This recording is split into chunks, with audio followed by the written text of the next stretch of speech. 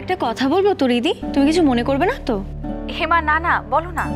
বলছি অনেকদিন তো হলো তুমি বাড়ি যাচ্ছ না, মানে ওখানে কি কোনো প্রবলেম আছে নাকি গো? হ্যাঁ একটু সমস্যা তো হচ্ছেই। আসলে বাড়ির সব কিছু তো আমিই সামলাতাম না, আর দিদির মেয়েটা খুব ছোট, ওর দেখাশোনা করা, ওর স্কুল, ওর পড়াশোনা সবটাই আমাকেই দেখতে হয়।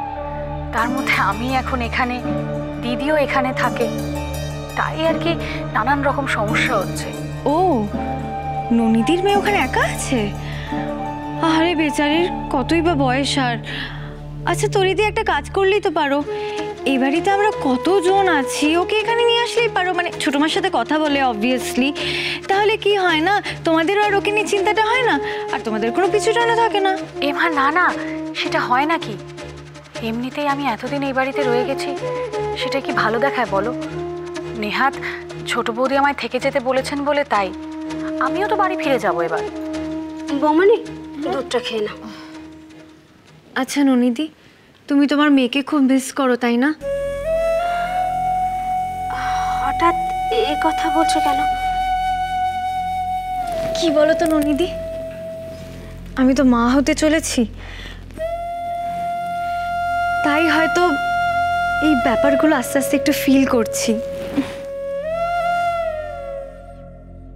তুমি তো অনেকদিন হলো তোমার মেয়ের কাছে যাও না গো, মাঝে মাঝে তো একটু গিয়ে দেখা করে আসতে পারো। শোনো, তুমি দুদিন যাবে বাড়িতে এবং মেয়ের সাথে একটু থেকে আসবে, সময় কাটিয়ে আসবে, ঠিক আছে? বৌমনি দুধটা এখানে রাখো না, রাখো না, এখানে রাখো না। তোর দিদি একটু মাসাজ করে দাও না, খুব ভালো হচ্ছিল, ভীষণ ভালো লাগছিল। দিচ্ছি। বৌমনি মানুষটা তো মন্দ নয়, ঠিক বুঝেছে আমি মেয়ের কথা ভাবি, কিন্তু ছোট বৌদিকে এই সময় ছুটি দেবে?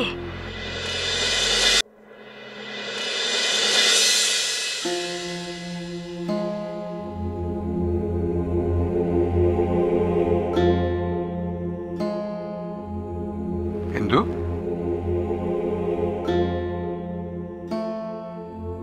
কি ব্যাপার? তুমি এখানে এভাবে বসে আছো, কি ভাবছো? কি হয়েছে ইন্দু?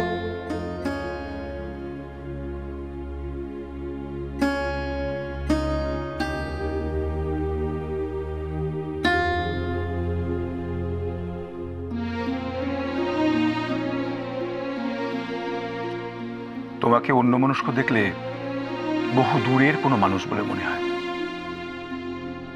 হ্যাঁ, এটা ঠিক যে সারা জীবনে তোমার সুখ দুঃখের ভাগিদার হয়তো আমি সেভাবে হতে পারিনি, কিন্তু ইন্দু এটা তো স্বীকার করবে যে সেই সময়টা আমরা পেরিয়ে এসেছি। হঠাৎ এখন এসব কথা? মন খুলে কি তোমার মনের কথাগুলো আমার সঙ্গে ভাগ করে নেওয়া যায় না? ইন্দু, এই কথাটা তো মানবে যে তুমি চিন্তা করলে আমারও চিন্তা হয়। বলো আমায়, কি হয়েছে?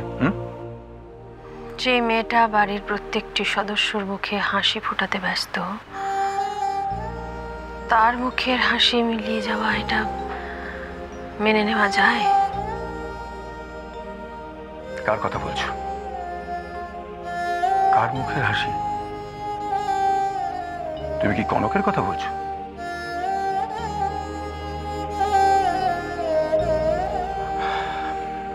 দেখো, সংসারের কোনো ব্যাপারে আমি থাকি না, এটা ঠিক, কিন্তু কনক তার উজ্জ্বল উপস্থিতি দিয়ে আমাদের সংসারটাকে মাতিয়ে রাখে। বেশ কয়েকদিন হলো আমি সেই ব্যাপারটাকে একটু ম্লান হয়ে যেতে দেখছি। আজ তোমার কথা শুনে মনে হচ্ছে সত্যি সত্যি আমাদের বাড়িতে কিছু ঘটছে বা ঘটতে চলেছে।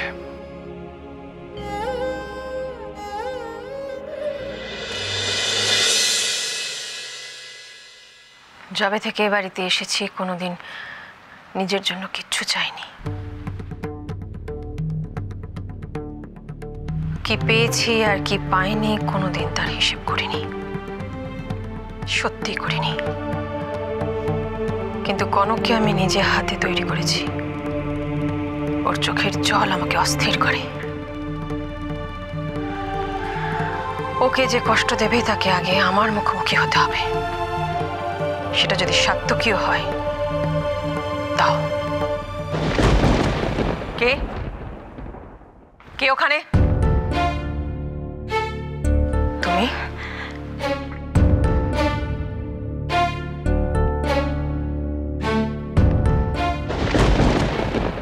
এত রাত হয়ে গেল, এখনো ওর ফেরার কথা মনে পড়লো না? এখনো কি ও তিস্তার সাথেই?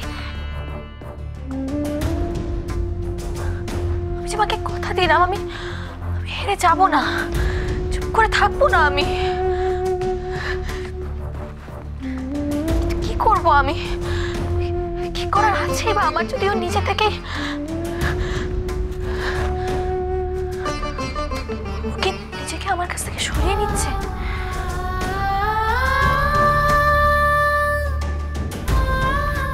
মাকে বলবো এখনো ফেরেনি?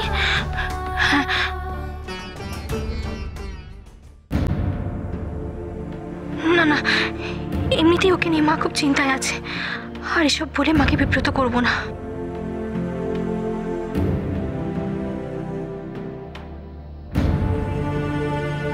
আজও ফিরে এলে ওর সাথে সরাসরি কথা বলবো।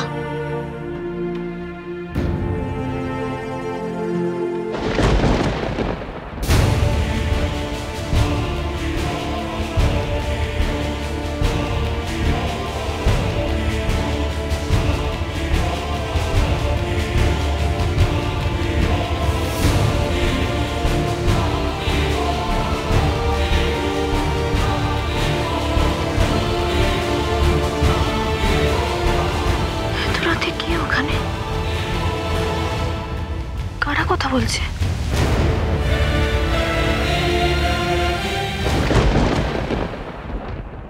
কিছু বলবে বলি তো নিশ্চয়ই এসেছো এ ঘরে। কি বলবে বলো? ছোট মা, আমি আমি কনকের ব্যাপারে কথা বলতে এসেছিলাম।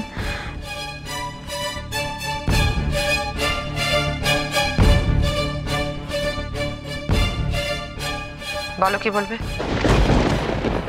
ছোট মা, আমি জানি যে এবারের কোনো কিছুই আপনার নজর এড়ায় না, কিন্তু তবুও কনককে দিনের পর দিন এভাবে দেখে ওর দিদি হয় আমি আর চুপ করে থাকতে পারলাম না। ছোট মা, বেশ কদিন ধরে না আমি ওকে নোটিস করছি। না আছে ওর মুখে হাসি, না আছে ভালো দুটো কথা, সারাক্ষণ নিজেকে কাজের মধ্যে জড়িয়ে রাখে। এমনকি ওকে দুটো কথা জিজ্ঞেস করলে ও এড়িয়ে যায়। আজকেই তো দেখুন না, আমরা সবাই মিলে বেড়াতে যাবো তাকে হই হই করে প্ল্যানিং করছিলাম, কিন্তু কনকটা ও একটা কোনায় চুপচাপ গোমরা মুখে দাঁড়িয়েই ছিল। ঝিলমিল সবার খুশির প্রকাশ তো সমান হয় না, সবার আনন্দের প্রকাশ উচ্ছ্বাস দিয়ে হয় না। কনক একটু ইন্ট্রোভার্ট। সেটা হলেও ছোট মা, ওর মুখে সবসময় একটা হাসি থাকতো। কদিন ধরে তো সেই হাসিটাই খুঁজে পাই না ওর মুখে। ছোট মা, আমি না ওর কাছ থেকে জানার চেষ্টা করেছিলাম, কিন্তু ও না আমাকেও কিছু বললো না। এভাবে চলে তো ও অসুস্থ হয়ে পড়বে, তাই না ছোট মা? আমার ছোট হয়ে হয়তো আপনাকে এই কথাগুলো বলা উচিত না, কিন্তু কি করব, কনকের কথা ভেবে আমি বলতে বাধ্য হচ্ছি। ছোট মা, আমার মনে হয় দাদা ভাইয়ের কনকের প্রতি একটু বেশি কেয়ারিং হওয়া উচিত। এই তো দেখুন না ছোট মা, অভ্র বলছিল যে দাদা ভাই নাকি সময় মতো অফিসে যায় না, এমনকি অনেক আগে অফিস থেকে বেরিয়ে যায়, অথচ দেখুন বাড়িতে কত লেটে ফিরছে।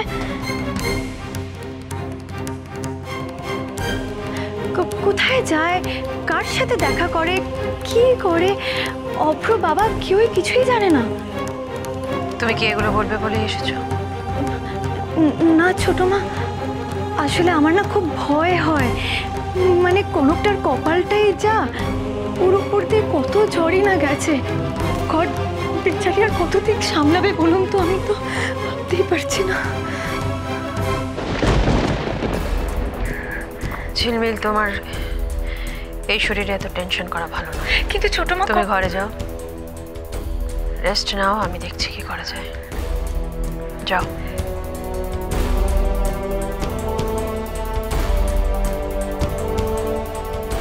দিয়েছি বলতে আগুন লাগিয়ে, এবার খেলা আরো জমবে।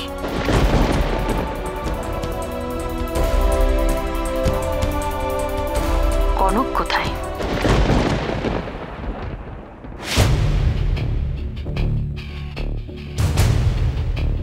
নেই তো এখানে।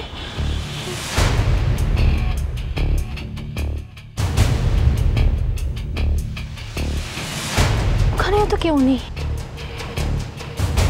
কারা ছিল?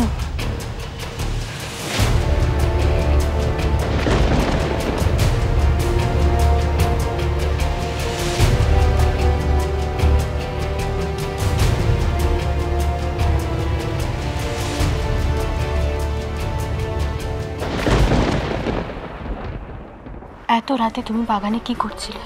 তুমি এখনো আমাকে সন্দেহ করছো? এইটুকু কি জানতে চাইতে পারি না আমি? তুমি জানার অপেক্ষা করেছো? আমার তো বলছি তুমি এখন আমাকে ফলো করা শুরু করে দিয়েছো। কি হয়েছে কি তোমার? আমি কি এমন করেছি যার জন্য তুমি আমাকে এতটা সন্দেহ করছো? উদ্ভট প্রশ্ন করবে, উল্টোপাল্টা কথা বলবে, তারপর কান্নাকাটি। আমি জাস্ট ফেড আপ হয়ে গেছি।